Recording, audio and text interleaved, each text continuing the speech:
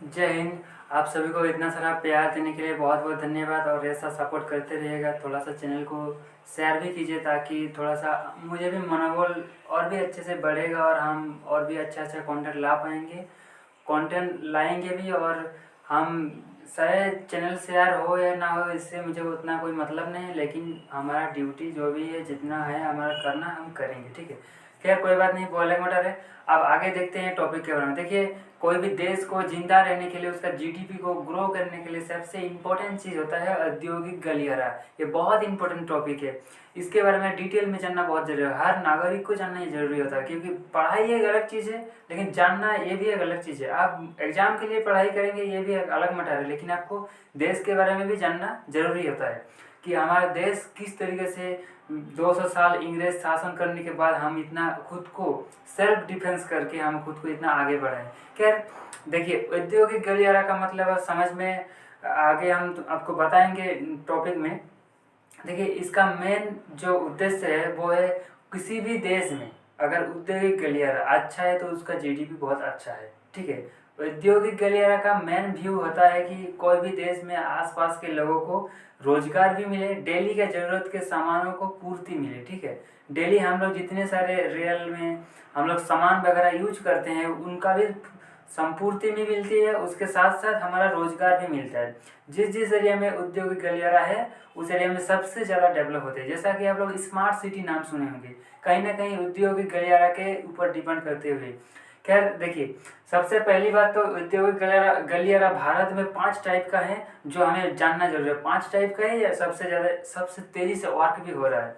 5 type का औद्योगिक गलियारा के बारे में बात करें, जैसा कि चेन्नई से मुंबई, सॉरी चेन्नई से बेंगलोर, बेंगलोर से मुंबई, मुंबई से दिल्ली, दिल्ली से कलकत्ता, कलकत्ता से फिर से चेन्नई। पूरा एक चेन सिस्टम, सड़कों का एक जाल बिछाना, इसी को औद्योगिक गलियारा कहते हैं। औद्योगिक गलियारा मतलब सड़कों का जाल, फैक्ट्री, ये सब चीज़ों में एक कनेक्टिविटी अच्छा होना चाहिए, सबका एक जाल बिछ के रहता है, ठीक है, पूरा देश में। आगे हम इसके बारे में टॉपिक में हर एक एक करके सब समझेंगे, ठीक है। औद्योगिक गलियारा भारत में 5 टाइप का है, हम आपको नाम बता दिए, चेन्नई से लेकर दिल्ली से लेकर कलकत्ता से फिर चेन्नई तक टॉपिक पे बात करेंगे।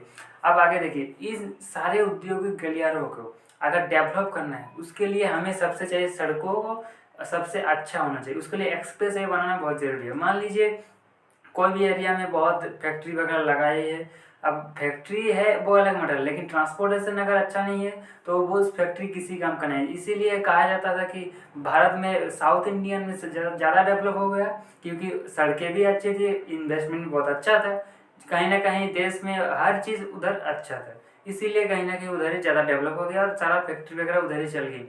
लेकिन आज और ऐसा नहीं है, भारत में पूरे भारत के ऊपर ही नज़र दिया जा रहा है। इसलिए अब कहा जाता है कि भारत का सबसे बड़ा सबसे लंबा औद्योगिक गलियारा होता है अमृतसर से लेकर कलकत्ता तक, ठीक है।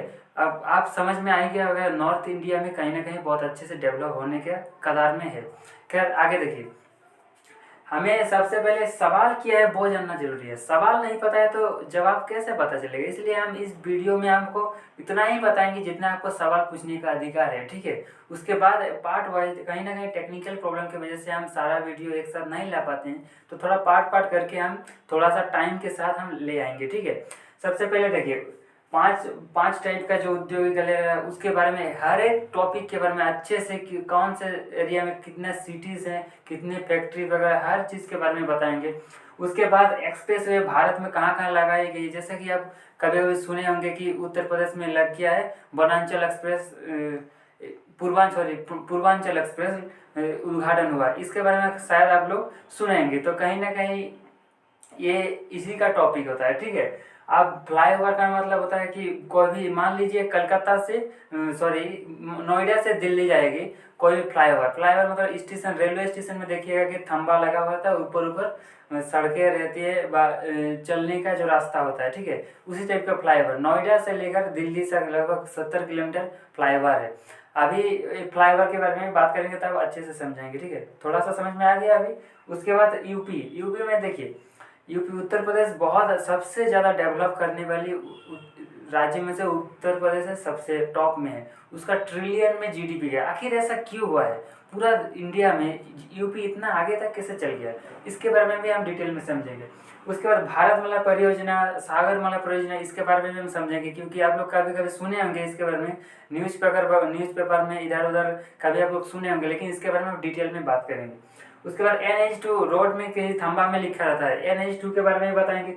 DFC हाल ही में 2022-23 में DFC के ऊपर बहुत ज़्यादा वर्क भी हो रहा है। सबसे बड़ा बात यह, सबसे पहले ऐलान हुआ था DFC अमृतसर से लेकर कलकत्ता तक, जितने सारे गलियारा, औद्योगिक गलियारा हैं, उस रोड के बगल में ही DFC बनाई जाएंगे। ठीक है, DFC का इतना ही आप समझ लिए, अभी मालगाड़ियों का एक अलग रेलवे का ट्रैक बिछाना, इसी को बोलते हैं DFC। ठीक है, आगे हम डिटेल में बताएंगे। कोई भी किसी ऐसा भी होता है, जिस एरिया में औद्योगिक गलियारा है, जहाँ पे फैक्ट्री लगाई जा सकती है, ऐसे एरिया में लॉजिस्टिक पार्क भी होना जरूरी है। आसपास के लोगों के रोजगार के साथ साथ बहुत मिडिल क्लास से लोअर क्लास फैमिली भी उसको अपने हिसाब से रोजगार पाके कोई भूखा नहीं मरेगा। ठीक है, गरीबी देश नहीं कहलाएगा। जैसा कि आप अफ्रीका का नाम सुने होंगे, भारत और अफ्रीका की तुलना करने से आसमान जमीन फर्क है। कहीं ना कहीं टेक्नोलॉजी, इकोनॉमी हर टाइप से बिछड़ा हुआ कहीं ना कहीं है। ये सब आपको आप अपने हिसाब से जब इंटरनेशनल रिलेशन पढ़िएगा तब इसके बारे में बहुत अच्छे से आपको पता चल जाएगा। वर्ल्ड हिस्ट्री में भी ये इकोनॉमी के बारे में बहुत अच्छे से समझ में आता है कहीं ना कहीं कि कौन सा देश कैसे आखिर अपने हिसाब से आगे बढ़ गया। खैर वो अलग मैटर है। आप कभी कभी सुनेंगे ये MMTH का मतलब multi modal transit hub. Multi modal transit hub का मतलब होता है कि आप कोई भी एरिया में मेट्रो, एयरपोर्ट और क्या बोलते हैं, रेलवे स्टेशन, एक्सप्रेस वे, ये सब कनेक्टिविटी एक ही पास में मिलेगा। मान लीजिए विदेश में कोई लड़का आया, आके वो जाना चाहता है कलकत्ता घूमना है, तो उसको मेट्रो में जाना पड़ेगा। अगर वो कलकत्ता से दिल्ली आना है तो आराम से वो एक्सप्रेस वे में, बाइक में या कोई भी 4 व्हीलर में आ सकता है। अगर उसको ट्रेन में जाना है तो बुलेट ट्रेन में आ सकता है। तो एक ही पास में हर टाइप का ट्रांसपोर्टेशन का सुविधाएं रहती है। इसी को बोला जाता है मल्टी मॉडल ट्रांजिट हब। उसके बाद MFR का मतलब है mega food park. Mega food park का मतलब होता है कि मान लीजिए बिहार में देखिएगा, बाढ़ वगैरह की वजह से कहीं ना कहीं हम वहाँ पे फैक्ट्री वगैरह नहीं लगा पाते हैं। हमारा भी वेस्ट बंगाल में बहुत सारे ऐसी जगह है जहाँ पे फैक्ट्री नहीं लग सकता, तो ऐसे जगहों पे उस एरिया को डेवलप करने के लिए मेगा फूड पार्क बनाया जाता है। इसके बारे में भी समझेंगे। ICAR का मतलब ये कृषि रिलेटेड है। इसका फुल फॉर्म होता है Indian counselling of agriculture research. ये कृषि रिलेटेड है। इन सब के बारे में हम डिटेल में समझेंगे। ठीक है, आई होप इतना तो समझ में आ गया। सवाल क्या करना है इतना तो समझ में आ गया। हम नेक्स्ट पार्ट वाइज आपको हर बातें एक एक करके डिटेल में समझाएंगे, कोई भी छूटेगा नहीं। एग्जाम के रिलेटेड भी बताएंगे, उसके साथ साथ देश के नागरिक होते हुए हम अपनी जिम्मेदारी भी निभाएंगे। उसके साथ साथ और भी अगर किसी को कुछ टॉपिक के बारे में जानना हो, कोई अगर किसी को लगता हो कि इसके बारे में मुझे जानना है, आपको पता नहीं है, तो उस टॉपिक का नाम आप कमेंट सेक्शन में लिख सकते हैं। उसके बारे में हम वीडियो बनाएंगे। मिलेंगे नेक्स्ट क्लास में।